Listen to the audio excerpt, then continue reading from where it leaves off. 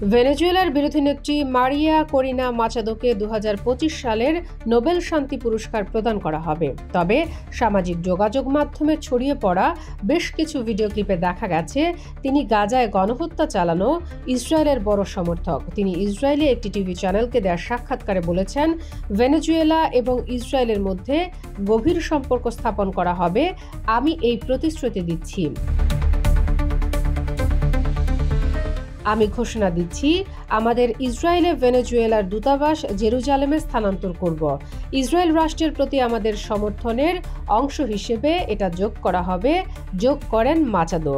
তার দল ভেন্তে ভেনেজুয়েলার সঙ্গে বেনিয়ামিন নেতানিয়াহুর লিকুদ পার্টি একটি সহযোগিতা চুক্তি স্বাক্ষর করেছে বলে জানিয়েছে ভেনেজুয়েলান ভয়েস। 2023 সালের 7 অক্টোবরের ঘটনার পর ইসরায়েলের সঙ্গে সংহতি প্রকাশ করেন মাচাদো। টাইমস অফ ইসরায়েল জানায়, তিনি ইসরায়েলের সঙ্গে কূটনৈতিক সম্পর্ক পুনঃস্থাপনে আগ্রহ প্রকাশ করেছেন।